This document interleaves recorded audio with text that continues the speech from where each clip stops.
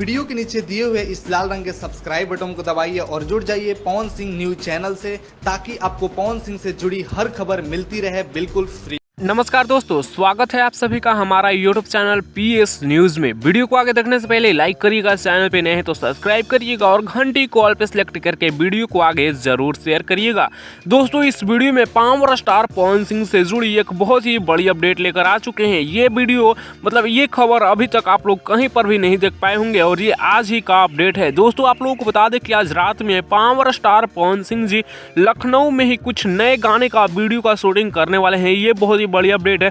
ये अपडेट आप लोग अभी तक कहीं नहीं देख पाए होंगे, आप लोग पीएस न्यूज के माध्यम से देख पा रहे हैं।